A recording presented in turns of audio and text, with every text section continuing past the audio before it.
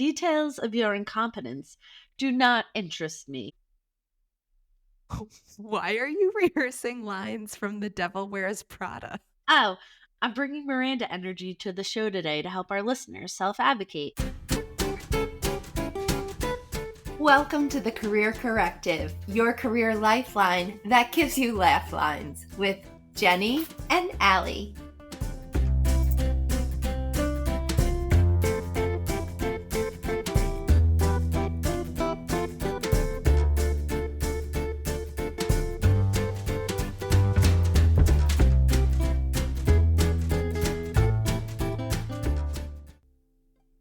Hey everyone, thank you so much for joining us today. Jenny, it's our finale. This is it? This is it. So our listeners are going to get out there and self-advocate? Yes, we want you all to go out there, get your dreams accomplished at work by standing up for what you know you really want. And that's what this episode is all about. Wonderful. Yeah. Let's do it. Before we dive in, though, I thought we could play a little game. Okay. I love games. I created us our own little Food Network Chopped. Ooh, okay. I'm sure that everyone knows what Chopped is, but can you give them a description just in case someone hasn't seen it?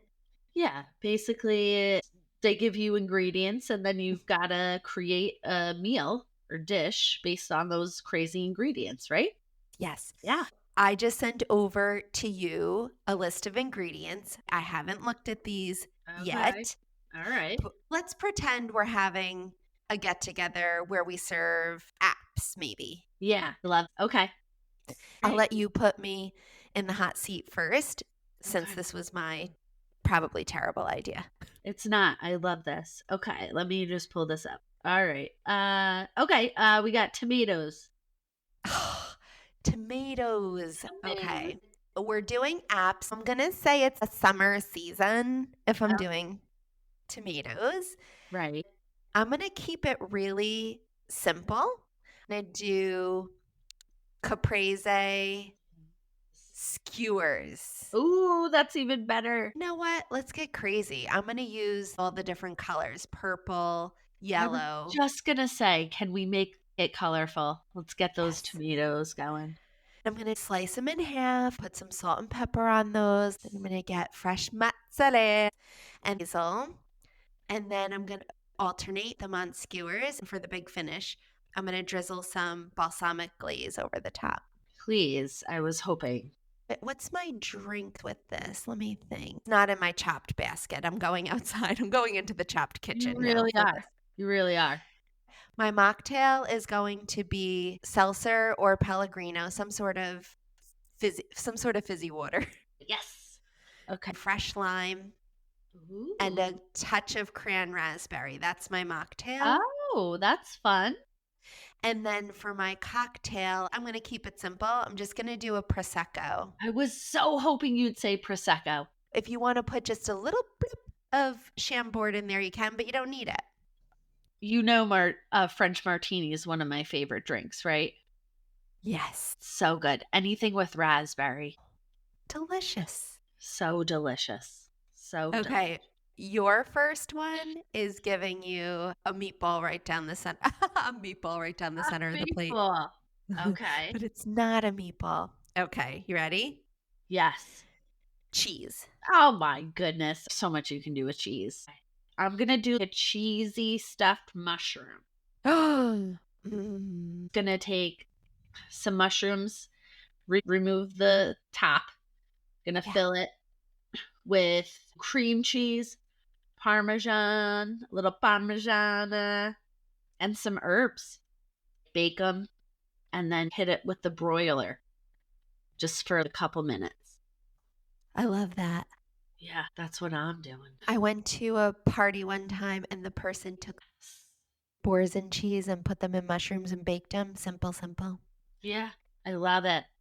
And the next one, ooh, you'll like this one. Avocados. Avocados. Well, guacamole. What are you going to put in the guac? What season am I in? I have to know what season. Where am I? What's the weather? It's balmy outside. There is a slight breeze, a little bit of a breeze, but yeah. Oh, We're okay. I'm going to do a mango guac then. Oh, okay. Red onion, lime, salt, pepper, garlic, mango. Okay. Chips on the side. Let the avocado be the star it is. You ready for your next one? Chicken. Okay. I'm going. This is super easy and one of my favorites. I'm making a buffalo chicken dip. I knew it. I knew you were did? going to. You really did? If there's a way to get buffalo sauce into your menu, it's always going to happen. Yeah, I know. It's just going to delicious. it is delicious. It's creamy. We're doing shredded chicken, Mhm. hot sauce, cream cheese, all the other cheeses, green onions to garnish it, Love it. the little baguette, Yes. tortilla chips with it, and celery, carrots. Love it. Love it. All right, are you ready? I'm ready. Okay, yours is bread. Oh, my favorite food. Same. Let me think. I'm going to use a baguette, slice it. It's going to be nice and fresh, so it doesn't need to be toasted. Okay. I'm going to do a simple spread, goat cheese, and then on the side, picture it on the left is going to be olive tapenade, and on the other side is going to be a fig jam. You choose your own adventure as to what you want to put on there. That sounds so delicious. Ready for your next one? Yeah. It's weird. What is it? Fish roe? Liver? I just Googled a list of shopping list ingredients. That's how I got this list. The science that went into it, it's called Google. I apologize for this. It wasn't mine. And I didn't want to look at it. I just copy paste, put it in there. Okay. So you're having an apps party and you have to use eggs. Oh, eggs? Yeah. And we're doing apps? Yes. Easy. Deviled eggs. I know. After I thought. I love it. Do you have any special, or do you just keep it classic? Okay. So there's a couple ways we can go with these. You could do the classic one, mayo, mustard mixture, but I like to do mayo, mustard, and a little horseradish. A little horsey sauce. Yeah. Or my other version is mayo, mustard, and then put a little relish in there. Nice. And what's next for me? Potatoes. Potatoes for an appetizer? Yeah. Everyone knows potatoes are in the main event. We're doing it app style. Okay. Since this is a game, I'm going to pretend I know how to do this, and I don't. But I would make homemade potato chips, theoretically. And French onion dip. Ooh. Or an herbed dip. I was thinking maybe you could put them in the air fryer. That is a wonderful idea. However, my air fryer is small. So I'd have to limit the number of chips each person could have. And I think that might ruin the vibe of the party. One chip per person. Marge, I noticed you reaching for a second chip. Check yourself. Oh, the fun we'd have at that party. It sounds like a blast. You go over and smack it out of her hand. What did I tell you before? One chip. There's no self-awareness. There's other people at this party. I know you're self-advocating for you to have all the chips, but she's not invited to any more parties. I could solve it by buying potato chips, but that just seems too easy. It's too easy. I want to make it really stressful and complicated. That's how I like my parties. Yeah. And it weeds people out, you know? You're off the list. That's it. Forget coming to our Christmas soiree. Or karaoke that we're going to do for New Year's. You're out. If you wanted to do Islands in the Stream with Tom, it's not going to happen. You do that on your own time. With your own chips. And your own mic. Get out of here. What's my next one? Okay, you ready? Yeah. Shrimp. Oh my goodness. What can I do with shrimp? Shrimp scampi, shrimp dumplings, shrimp lettuce wraps, grilled shrimp skewers. But where would you land? Which one would you choose? I've been really into bang bang shrimp. I'm going to bread it, I'm going to fry it up, and I'm going to toss it in spicy mayo. I'm going to get veggies to go with it on the side. What about mini bang bang shrimp tacos? How do you feel about that? I love all your ideas. If it were a real party, which this is not because I don't know how to make potato chips, and that was my last answer. Yeah. Doing a fried item for parties makes me overwhelmed. I like to do things I can prep ahead. I'm a set it and forget it girly. Yeah. Plus, if we're using your air fryer, I would probably only be able to do 1 or 2 shrimps, right? The vibe of this party, I mean, I want to go. Gotta stand in line. It's like what people complain about when there's a festival. I just stand in line for 8 hours and they kept Yeah. running out of shrimp. Yeah. And they made 1 shrimp at a time. They're big shrimp, though. Well, this party sounds awesome. I can't wait. So, yeah.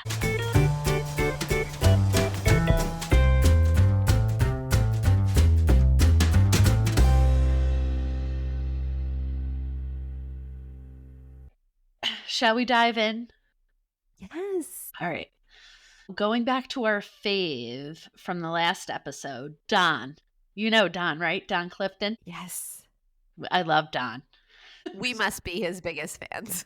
5 stars for Don. Using your strengths to get clear on what you want as the first step in this process. Mm-hmm. I thought we could take it a step further and talk more about how to use your strengths to advocate for yourself at work.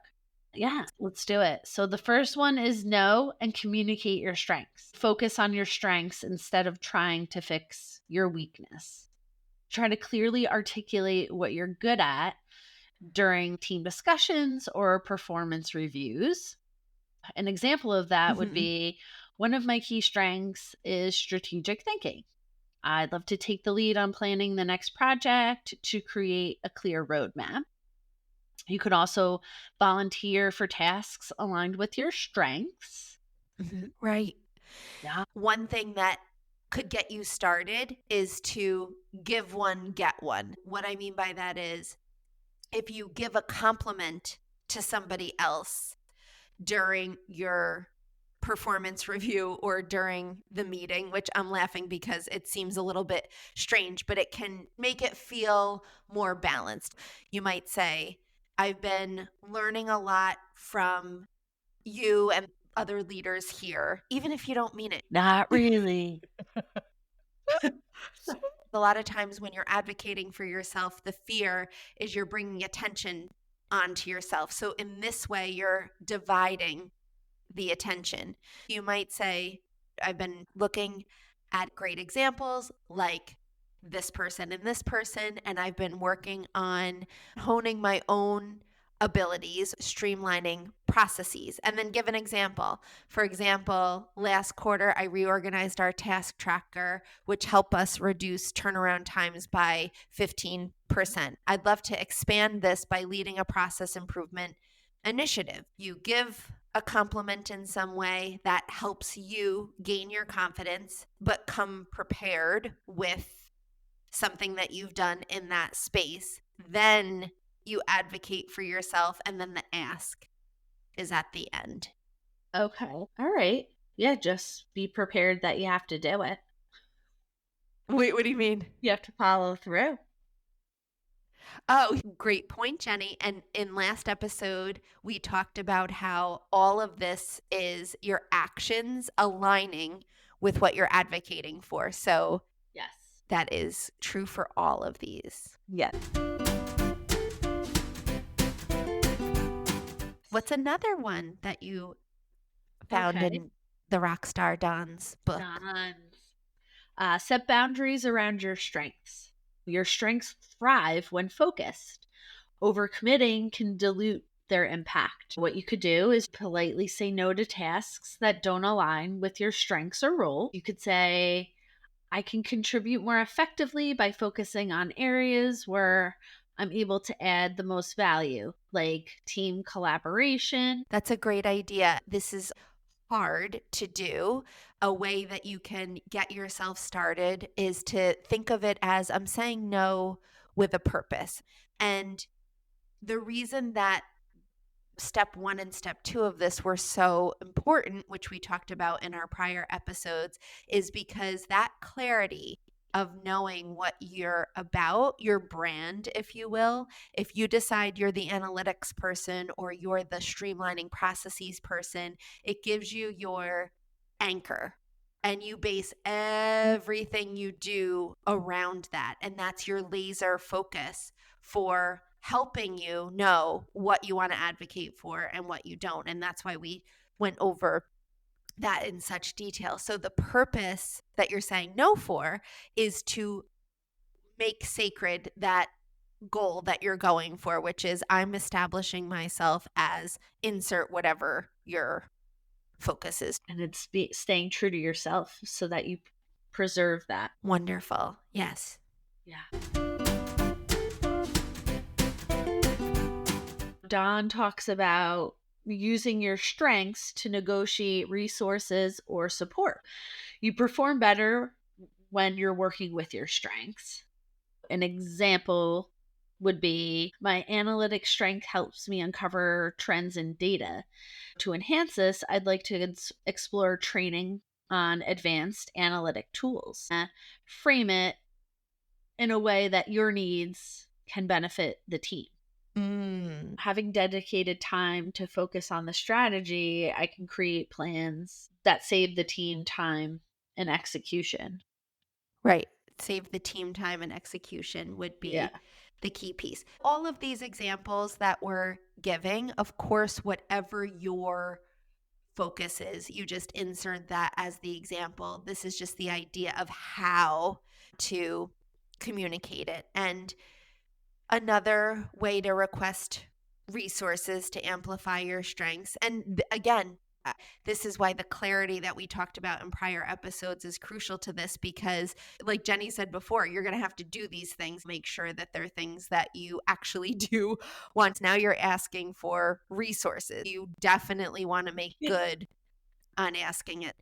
I've been analyzing customer data trends. That's where I thrive. If we could invest in a new analytic tool, I'm confident it would help us uncover deeper insights for strategic decisions. So it's the formula of this is what I'm doing. This is why I'm doing it, because it's my strength and I can add value. And then it will help us uncover deeper insights for strategic decisions, translates to dollars. Anytime you can tell your boss that you're doing something because it's going to, in essence, make the company more money, they're going to most likely listen. Yeah, I would say so. The next one is to turn feedback into strength-based advocacy. When receiving feedback, link it to your strengths and future potential. Yeah. You could say something like, I appreciate your feedback on my presentation. Public speaking isn't my natural strength, but I'd like to use my strengths in storytelling to improve. You could even say, could we touch base in a month to review my progress?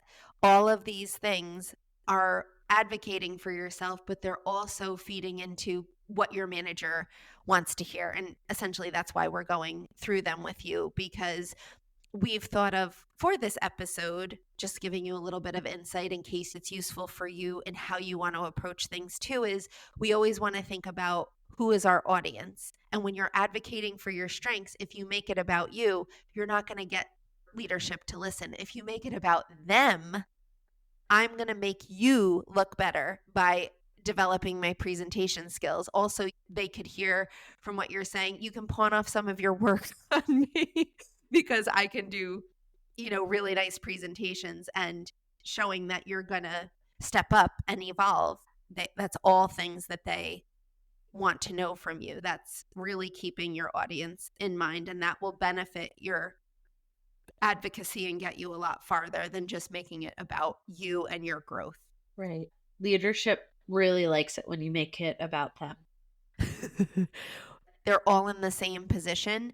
They have to deliver results. So if you're showing ways you're going to make a measurable impact, framing your needs, framing what you're working on as something that's going to benefit the team and benefit them, you're reducing their stress level. Whether they're good or not good isn't going to change, but how you can use it to your advantage, since they're using those things to their advantage, may as well move the needle as much as you can while staying true to yourself. That's right. Beautiful, Allie. All right, the next one is to align your career goals with your strengths. Advocate for growth opportunities that align with your talents. You could say, I enjoy mentoring because of my ability to build relationships and develop others. Could I take on more leadership roles in team training sessions? It feeds right into all of what we just said. Also, if you are passionate about that, in this example, mentorship, you're going to go to work every day feeling so much more excited about what you're doing. You're also setting yourself up and adding to your resume. If you leave the company down the road that you can talk about in an interview, have you had any leadership experience? And then this adds to what you're able to say. So advocating for yourself simultaneously will improve how you feel about work, your job satisfaction. It will increase your visibility internally, so you might get promoted there if that's your goal. And it also feeds back into what the company wants. They want more people to grow and do more within the company, probably without paying them for it, but Yeah. but you're building up your resume if they are that type of culture to take with you those skills. That's when you win.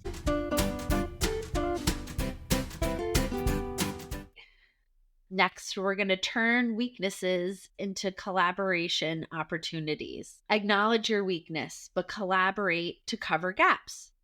You could pair up with team members whose strengths complement yours. You could say, hey, I'm not detail oriented, but I'm strong in brainstorming ideas. Can we divide the roles and play it to both of our strengths? This is my favorite part of this book. People waste so much time conforming, fitting in, having to be everything. What a waste. Collaborate together, and you have to have some measure of capability in all areas. But why not focus on where you're good, collaborate? And then the beauty of that is you can learn a little bit from people who are strong in areas that complement yours as you're contributing in a way that is best for you. You're happier, building your confidence, and you're weaving in bit by bit things that they can do that you can't, and vice versa. It's also uplifting and inspiring to be able to share your strengths with others. They can learn from you. It takes putting ego aside, really wanting to do a good job, all the things that seem to be absent from a lot of companies. But when you can do this and truly collaborate together in a vulnerable way, hey, this isn't my strength, but I'm good over here, and they're comfortable enough and safe enough to say that, that's when you get the best results. Honest, right? With who you are and what you can give. Yes. We hope you're enjoying the conversation so far. If so, go back and listen to the full episode. It's called How to Advocate for Yourself at Work, part of our self-advocating series, and it's linked for you in the description below. Hope to see you there.